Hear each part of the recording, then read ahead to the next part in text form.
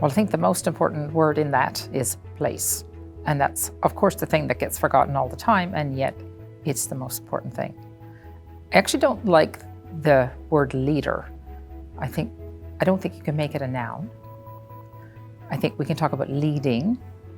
And if that person who is leading is distant from the atomic level of life, which is the hardest part of life, and yet the most important and richest part of life, but if someone who thinks they're leading an institution, a company, and they're distant from place, then they're distant from life. And so leading means leading in life, and life is lived in a place. And so anything that claims to be leadership needs to be deeply, deeply, deeply immersed in place, because place holds everything. It holds us. It holds nature. It holds our relationships. It holds everything we need. And it can't be left out. Well, I think we've spent at least 50 years as humans pretending that place doesn't matter. And we all fell in love with this idea of a global village, which of course, there's no such thing. There's just the places we live, big and small, and everything in between. So I think any responsible business school, and I'm sure Ivy is a responsible business school, will help people find place again. And business needs to find its way back to place. Because otherwise, we are subpar optimizing inside of companies, inside of institutions. And the sum of what everyone will do in their life will not add up to what we need to do for nature and what we need to do for dignity. And so teach context, teach the ability to work in deep, deep, context-rich situations, because everything you do lands in a place. And it'll land for good or it'll land for bad. I think it's a good thing for every person, but especially every person in business, because business people have particular powers. Go out and lie on the ground once a day in the place you're in, because if you're a human, you have a physical manifestation, you have to be somewhere. Go out and lie on the ground in that place so you understand life from the ground up, because that's where the richness is.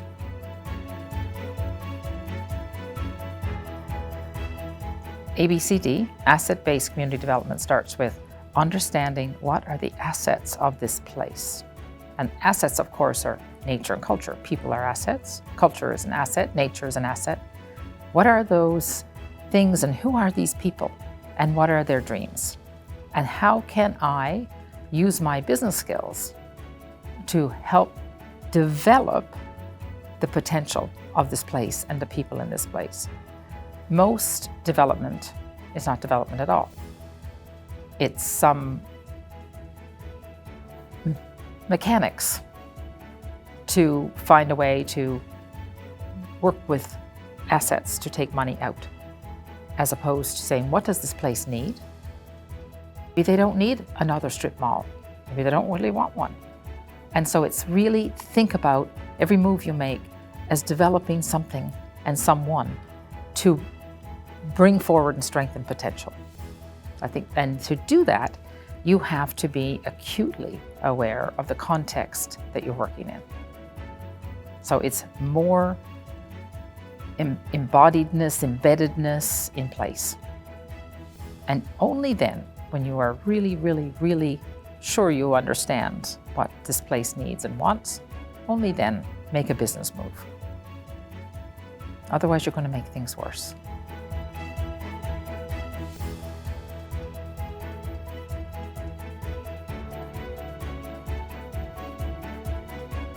That quote resonates because, of course, we have spent 50 years with business and technology being on top of nature and culture.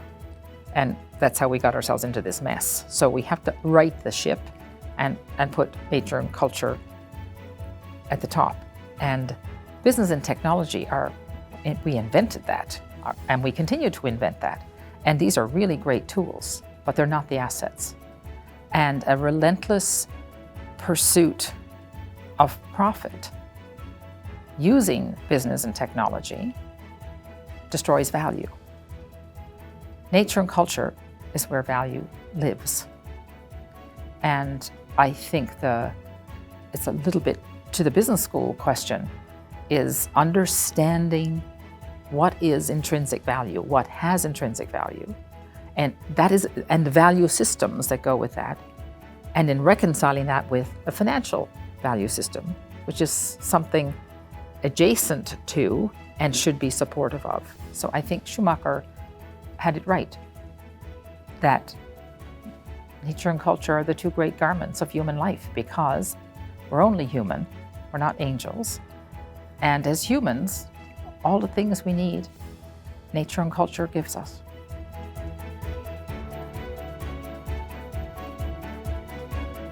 Maybe I don't know if it's wisdom, but it's what is progress? It's pain plus reflection. So this is the pain and reflection of the last 15 years, would be that everything is hitched up with everything else. And you cannot take on something in a place without considering all of the systems that need to function in the interest of that place for something to work. And so we spent probably 5 years before I realized I can't just work on the ground. I have to now work in the systems level.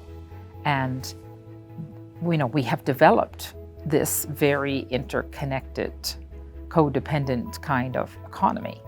And none of us can do it by ourselves. Not one system can achieve something good on its own. It can achieve bad things on its own. And so I think the greatest learning for me is we do not have the collaborative musculature and the collaborative structures to do the proper economic development work we need to do. And that's the next work we humans have to figure out, is how do we come together and work together across sectors in the interest of life itself. I mean, ways of coming together across all of the pillars. I mean, Rajan's book, The Third Pillar, he says this very simple but clear thing. Human societies rest on three pillars: markets, governments, and communities.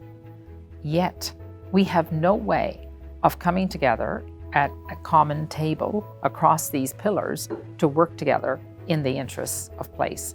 I'm in a university today. Universities are doing their thing. I think the good ones are doing better at being involved in place, although if you were deeply involved in a place, you would probably not put a Starbucks in the lobby because you would be trying to bring forward the assets of this place. And surely, to goodness, there must be somebody in this place that could present a local coffee shop that has local flavors and presents the fabric of this place. And so governments are subpar optimizing in their pillars, and governments have many pillars. Within governments, there's always a quest to get an all-of-government approach. Then you have companies, which are all subpar optimizing within their pillars. And this is the challenge of our times. I think we all get up in the morning, and for the most part, people want to make things better in the world. But the sum of what we do doesn't make things better, because it's not, even before we get to collaborative structures, it's not even coordinated, because you're doing something over here that undoes what I'm doing over here. And so this kind of coordinating and kind of in some way pulling together what we're doing so it adds up to something good.